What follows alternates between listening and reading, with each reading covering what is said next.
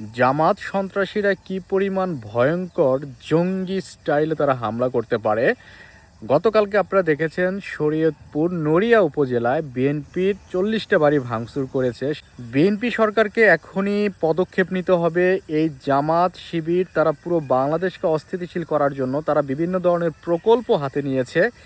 এই জামাত শিবিরকে যদি থামানো না যায়, এই জামাত শিবিরকে যদি ঠান্ডা না করা যায়, এই জামাত শিবিরকে যদি ছেড়ে দেওয়া হয় এইভাবে, জনাব তারেক রহমান, আপনি যে নমনীয়তা দেখাচ্ছেন, আপনি যে ভদ্রতা দেখাচ্ছেন, এই বাংলাদেশ নমনীয়তার বাংলাদেশ নয়, এই বাংলাদেশ ভদ্রতার বাংলাদেশ নয়।